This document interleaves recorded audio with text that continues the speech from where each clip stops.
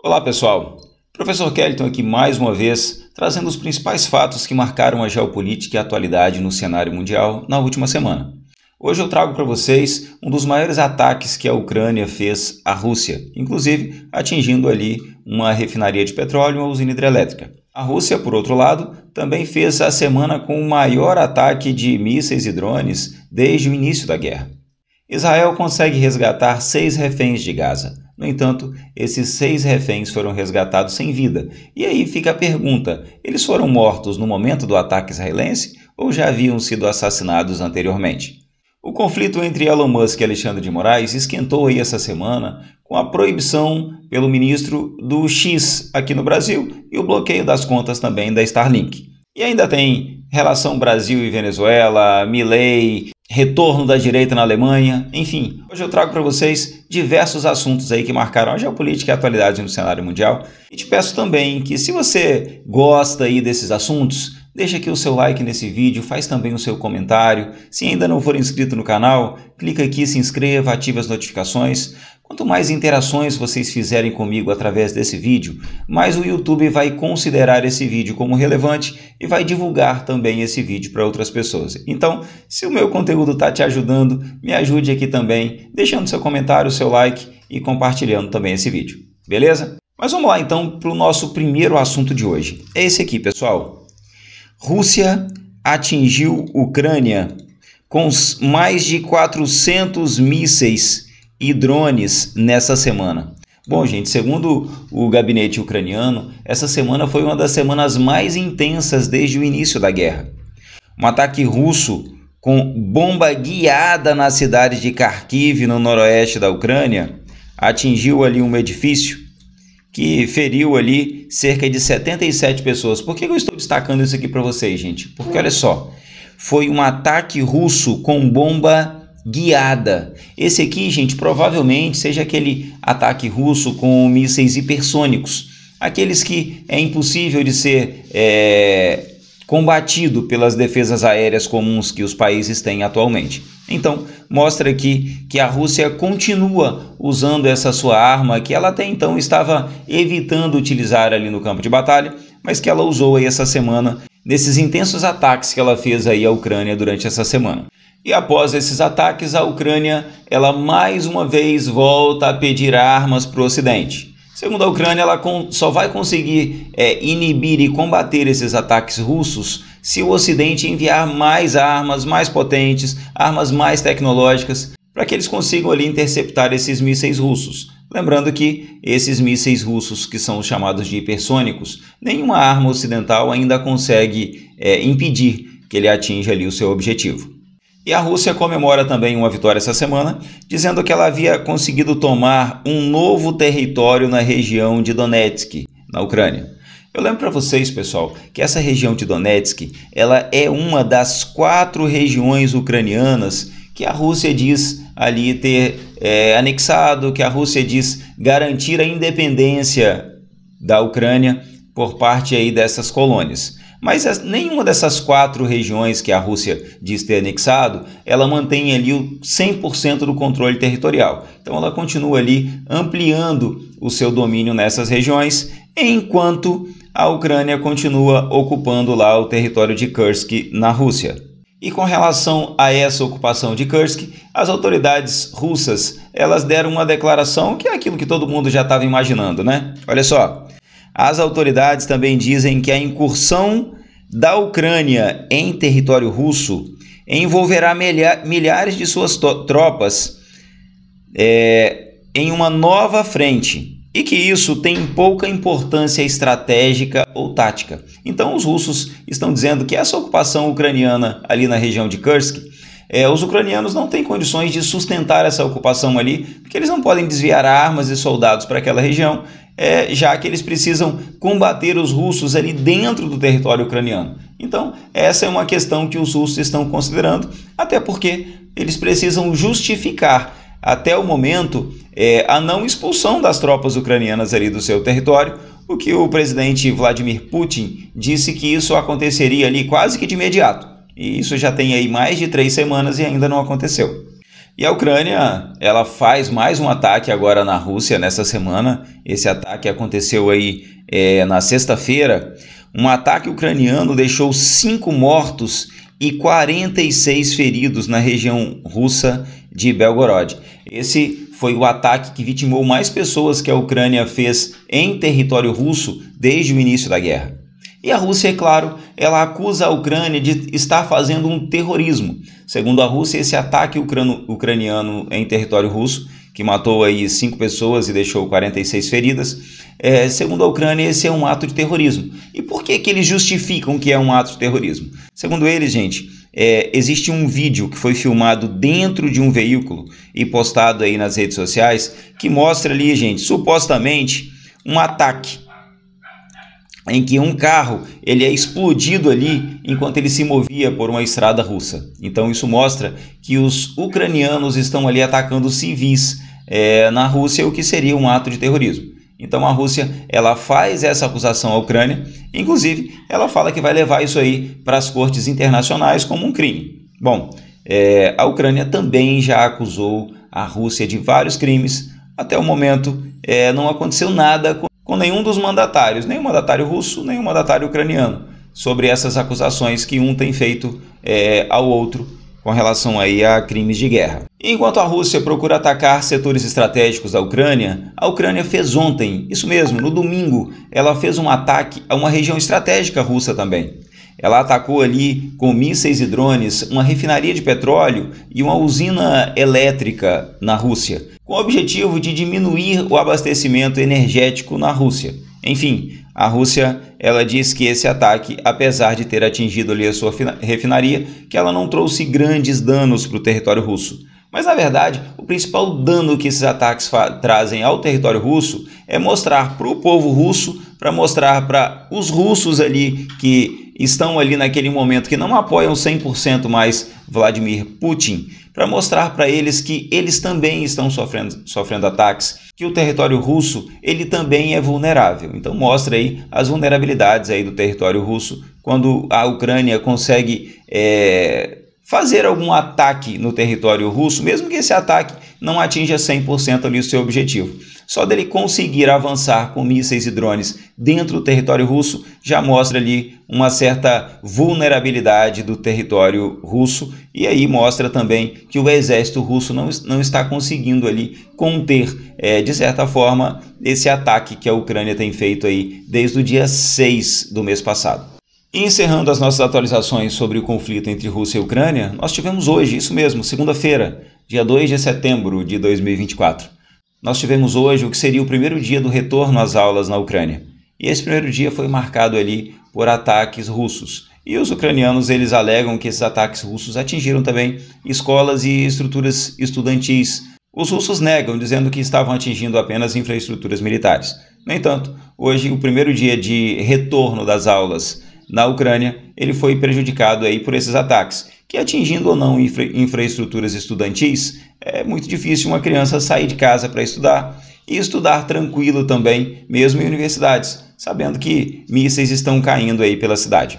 E ainda nesse assunto relacionado à educação, Israel também tem um futuro incerto na sua educação, principalmente ali na região norte, onde ele vive ali hoje um conflito com o Hezbollah. Então, Israel ele precisou retirar cerca de 62 mil israelenses ali das suas casas no norte do país, depois dos ataques entre o exército israelense e o Hezbollah, depois que esses ataques ficaram mais intensos ali naquela região, principalmente com o Hezbollah conseguindo atingir ali com os seus foguetes, com os seus mísseis, o território israelense. E a guerra de Israel, que estava inicialmente ali em Gaza, se expandiu recentemente lá para a fronteira com o Líbano, na guerra ali com o Hezbollah, e nessa última semana ela se intensificou ali também na região da Cisjordânia. A região da Cisjordânia é uma região ali ocupada por árabes, mas que está cercada por Israel e que ela é ocupada também pelas forças de segurança de Israel.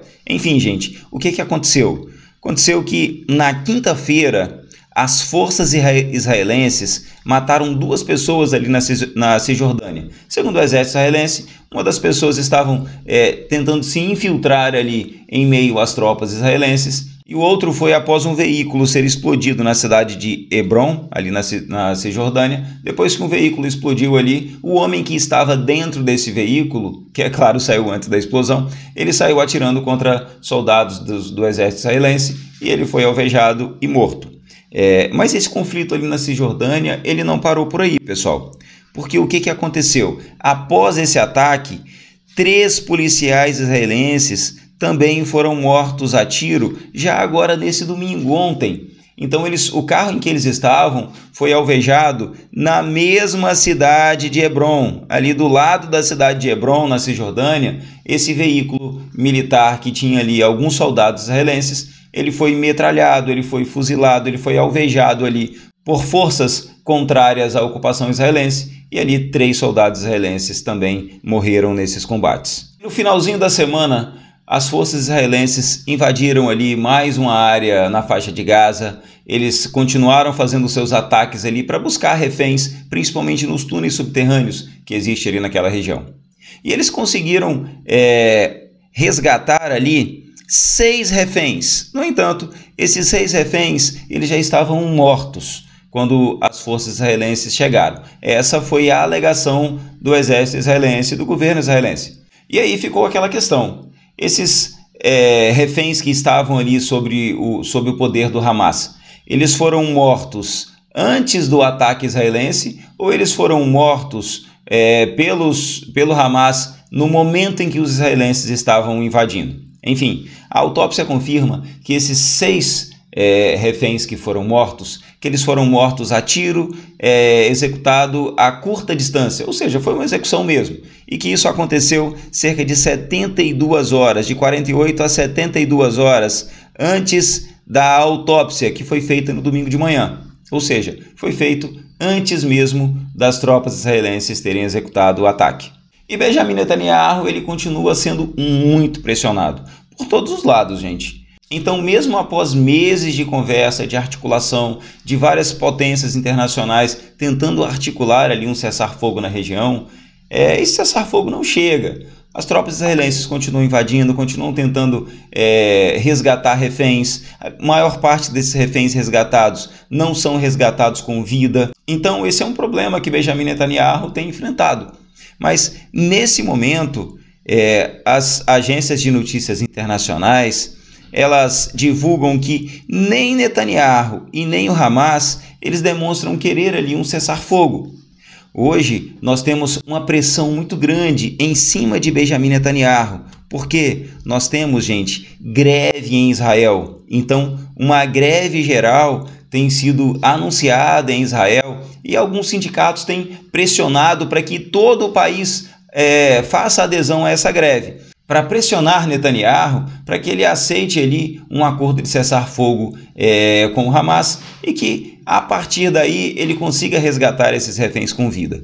No entanto, pessoal, como os 2 líderes nesse momento parece que não estão realmente a fim de um cessar-fogo, dos 2 lados, nós temos ali o líder do Hamas, aquele que articulou os ataques que mataram ali mais de 1.000 pessoas em Israel.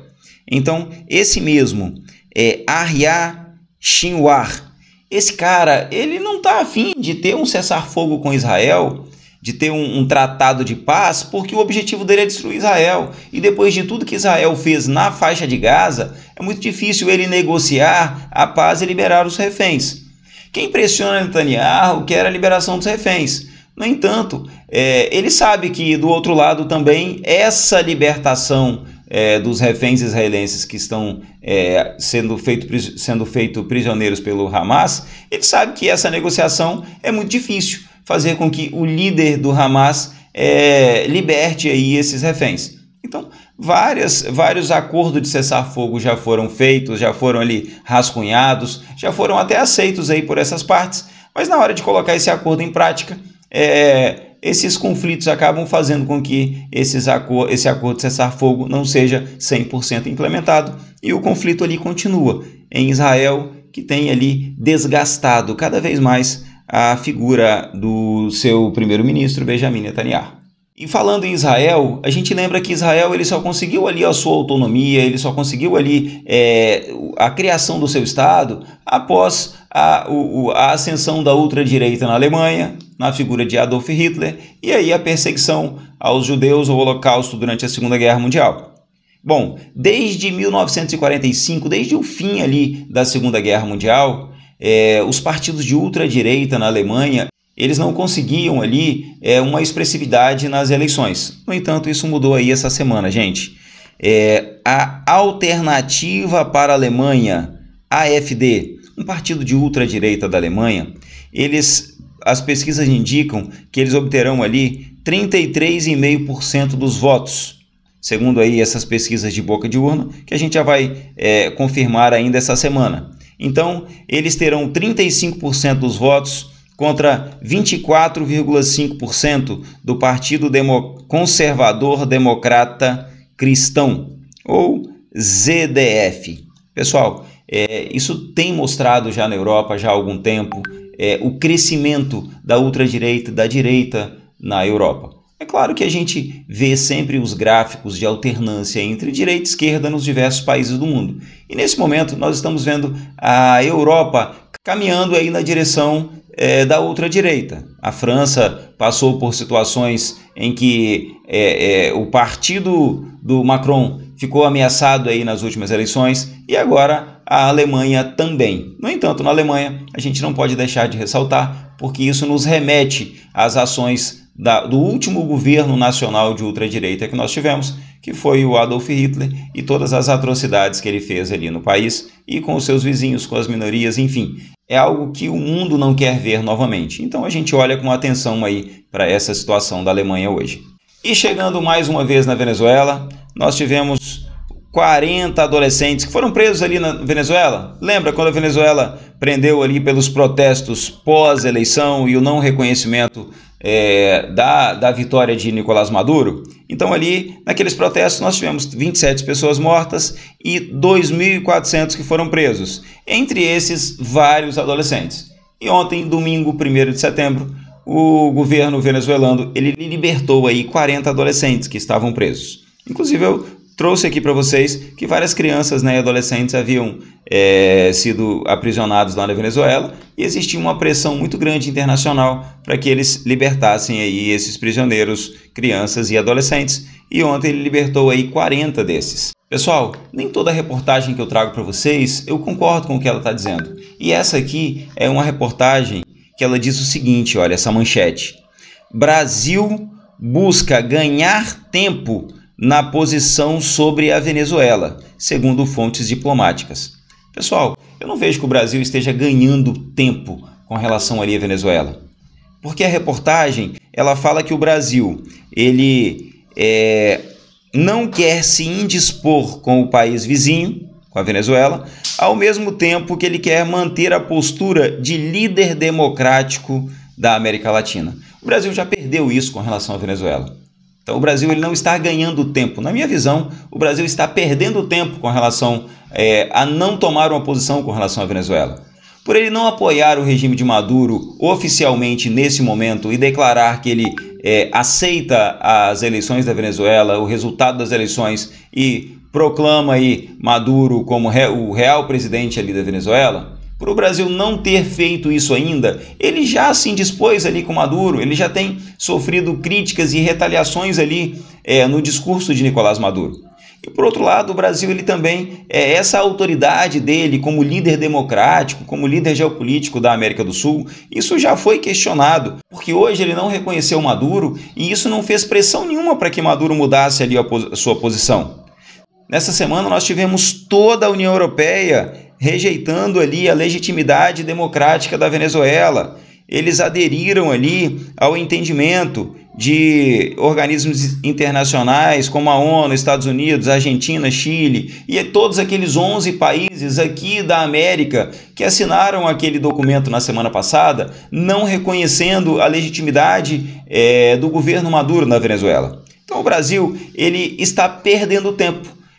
Diplomaticamente, geopoliticamente, quanto mais tempo o Brasil demora para se posicionar, ele não está se alinhando nem a Nicolás Maduro e nem às potências internacionais. Então isso está tirando muito a credibilidade da diplomacia brasileira e a sua real importância aqui no cenário geopolítico da América do Sul. Falando da Argentina, olha quem eu trouxe para vocês aqui.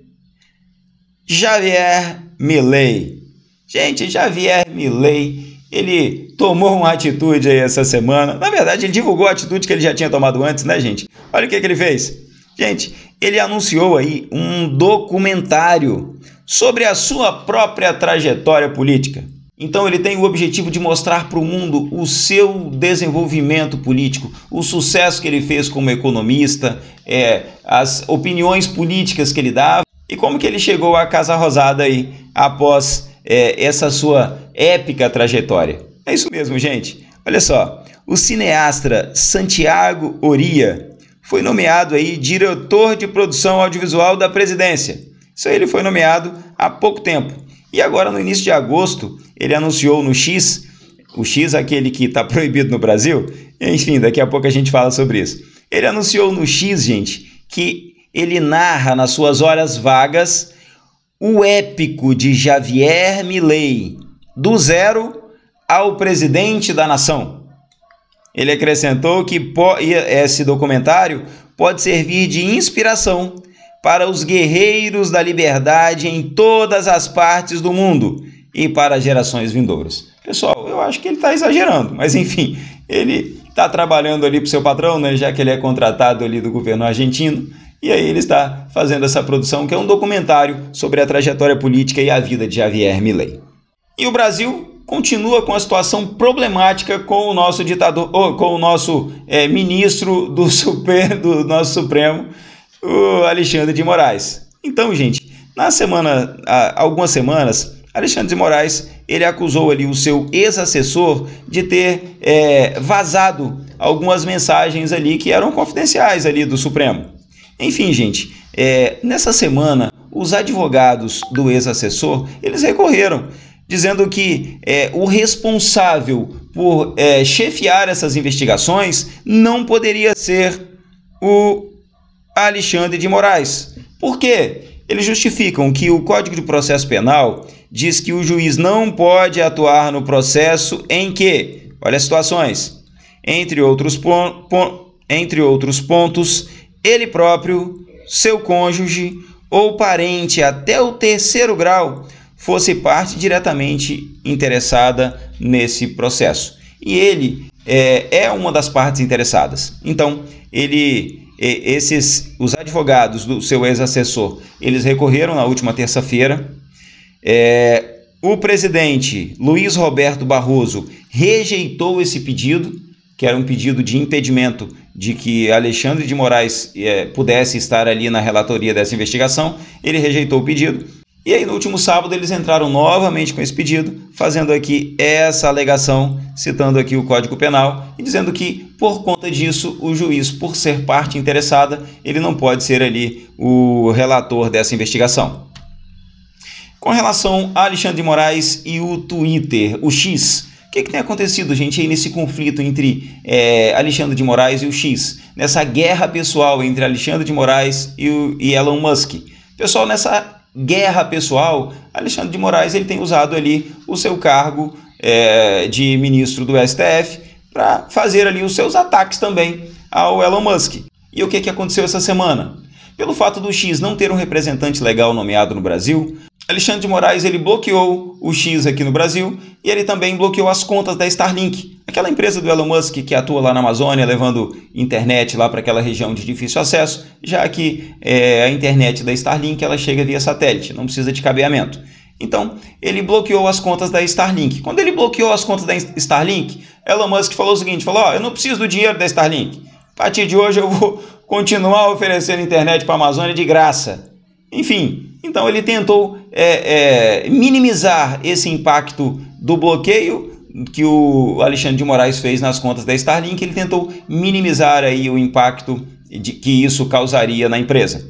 Mas O que interessa é que o X já está bloqueado no Brasil desde ontem. Então, desde ontem, as empresas que já haviam recebido a notificação já estão bloqueando o X aí no Brasil.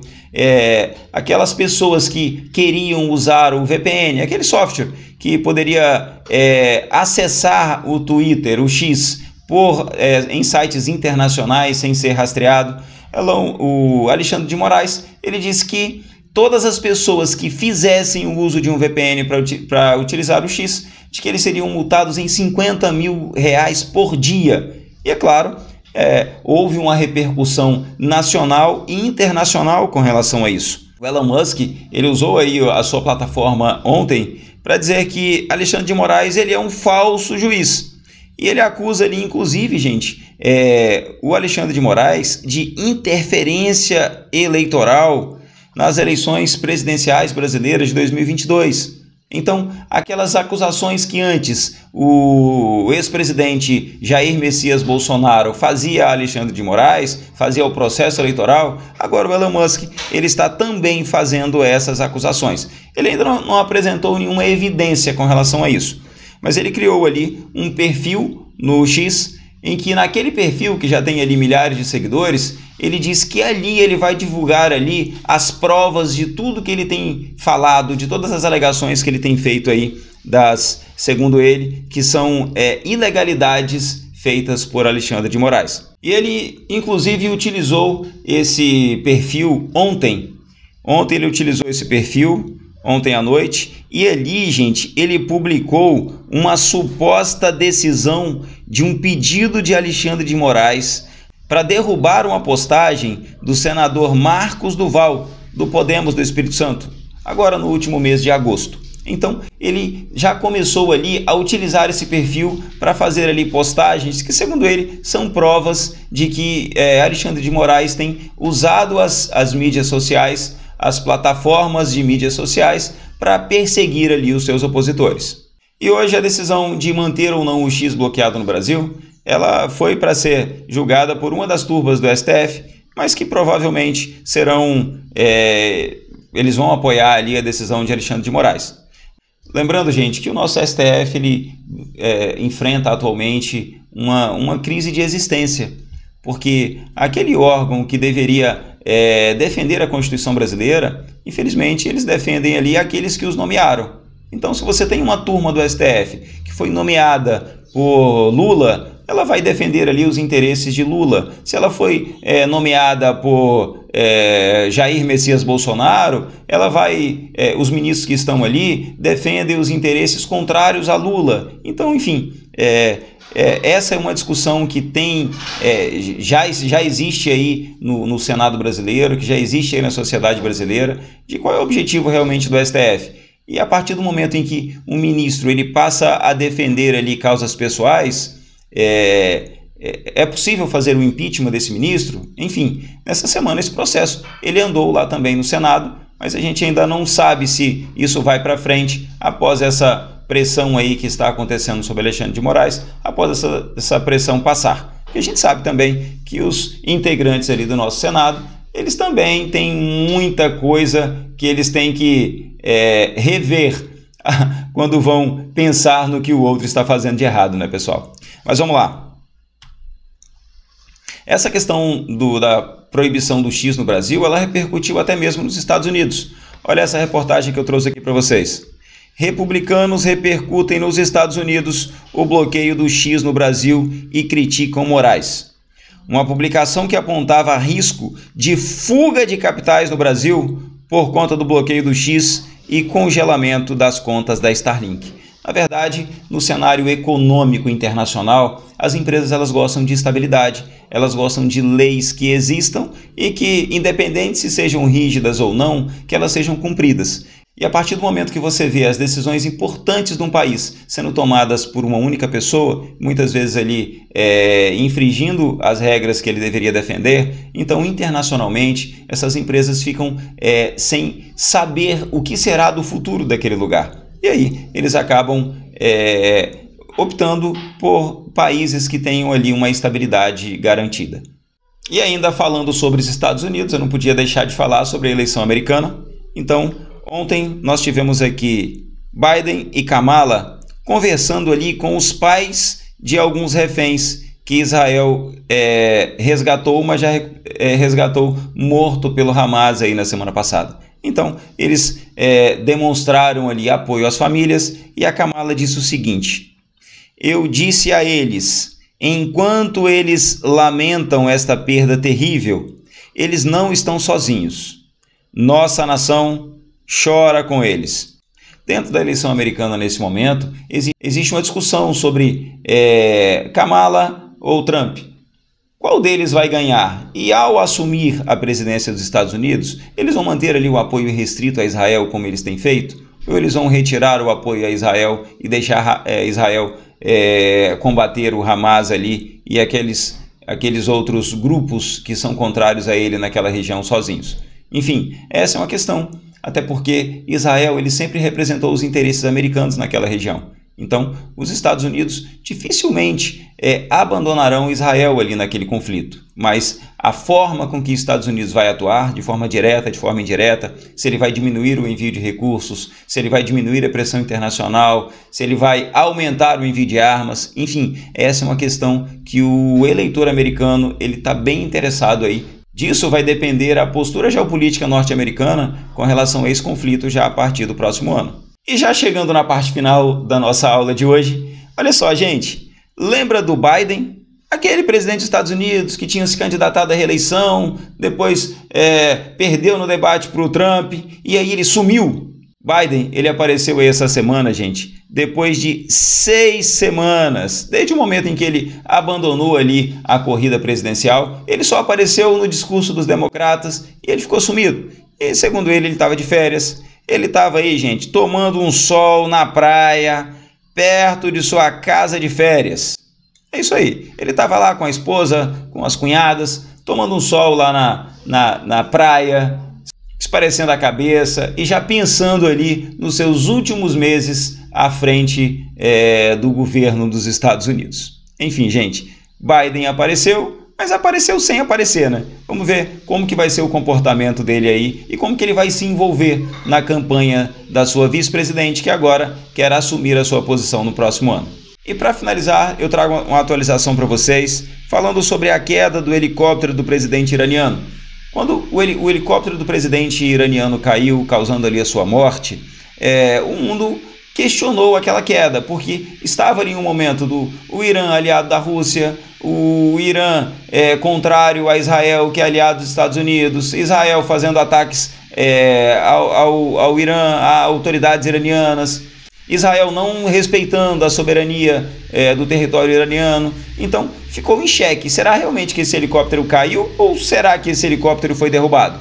Ou se caiu de forma por um problema climático, por um problema técnico ou uma sabotagem. Enfim, os iranianos eles constataram nessa semana que a queda desse helicóptero ela aconteceu por condições climáticas complicadas. Segundo eles, a neblina ela estava muito densa, o que acabou provocando ali um erro do piloto e esse helicóptero caiu de forma que não foi provocada por outra pessoa. Foi apenas um fator climático. Beleza, pessoal? Tranquilos? Então, encerro aqui a nossa aula sobre geopolítica e atualidades dessa semana e eu quero te fazer um questionamento para você deixar aqui no comentário. Eu tenho feito essas atualizações de forma semanal e eu quero pedir agora a sua opinião. Vocês acham que esse intervalo de 7 dias para atualização de geopolítica, esse intervalo está interessante, está te atendendo? Você gostaria que esse intervalo fosse maior, que ele fosse menor? Quantos dias? Deixa aqui nos comentários para a gente, que essa sua opinião vai ser muito importante para eu planejar ali o futuro das atualizações de geopolítica do nosso canal aqui já para as próximas semanas. Beleza? Forte abraço e a gente se vê no próximo vídeo. Até mais!